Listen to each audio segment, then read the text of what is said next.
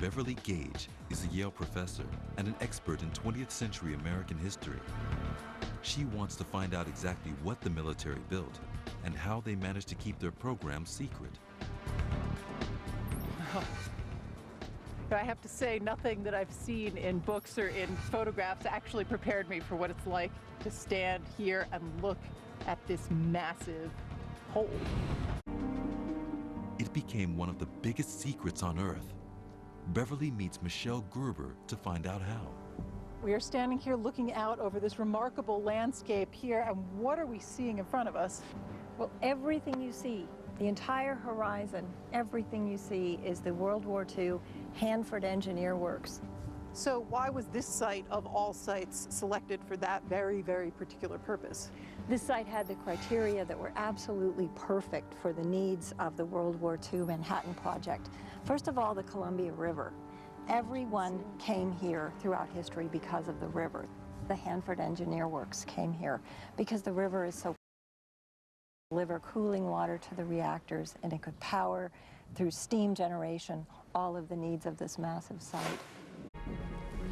Behind me is Hanford High School, which is all that remains of the village of Hanford. This building went up in 1916, and as you can see, it's a pretty substantial structure. It drew in students from the surrounding community. When the government came in 1942, everyone in these communities, all of them were told they had 30 days to get off their land. Many of them were compensated, but not particularly well. Beverly and Michelle have come to see what traces they can find of it. These are the barracks, is that? That's right. We had 800 barracks here, and they would be fanned out in this area for about 3 miles along the river. And in the very first summer, the summer of 1943, some people even had to live in Army. I'm walking along the outline of a building that once stood here at the Hanford Construction Camp, and as you can see, there's almost nothing here today. The only hints that this was ever a thriving community of 51,000 people are what we see here, an outline of a building in the dirt or a post hole in the ground. It was the job of the B reactor. Construction began in 1943.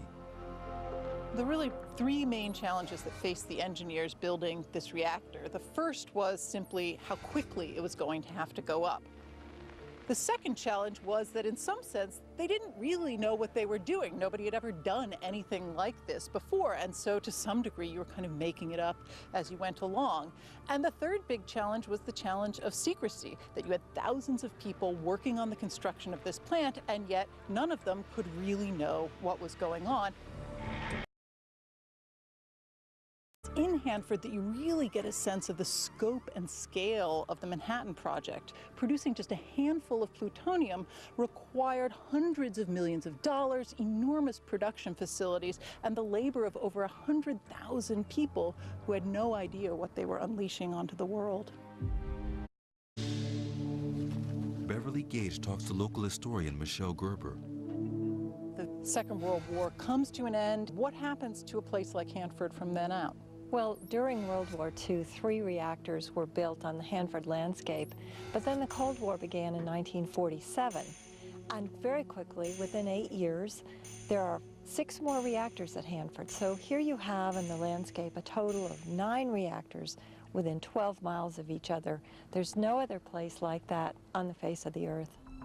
Lee decides to travel up the Columbia River to see for herself the relics of this huge Cold War building boom.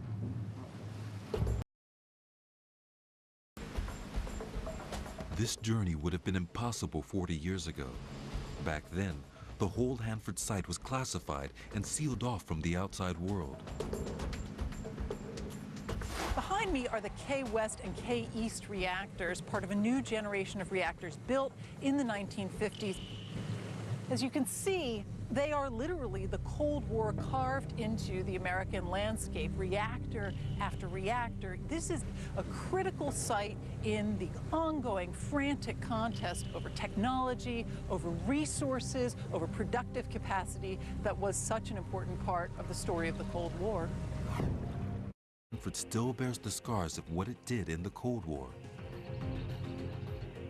We're making our way past N reactor, which was one of the last reactors built at the Hanford site. 40 years ago, this pumping station would have been bringing in thousands of gallons of water per minute and then pumping them back out into the Columbia River, tainted with radioactivity.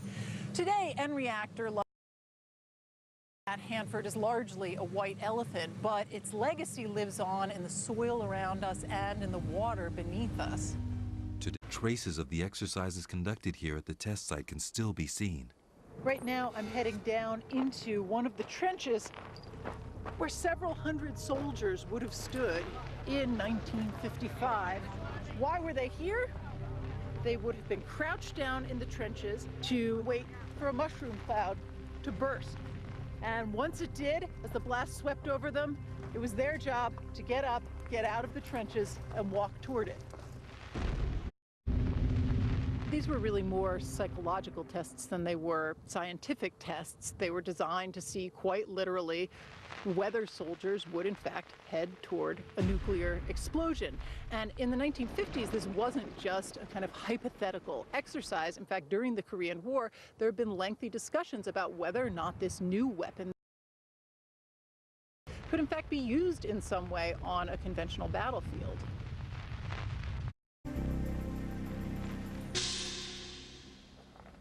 So what we're looking at here then is what remains of one of the houses used in the 1955 test. Yes, this is called the Apple II house. This was one of the structures built to support a test that was detonated about 1.25 miles in that direction. The intention was to calculate what would happen if nuclear bombs fell on America. How far would the effects of the blast reach? How would civilian homes hold up?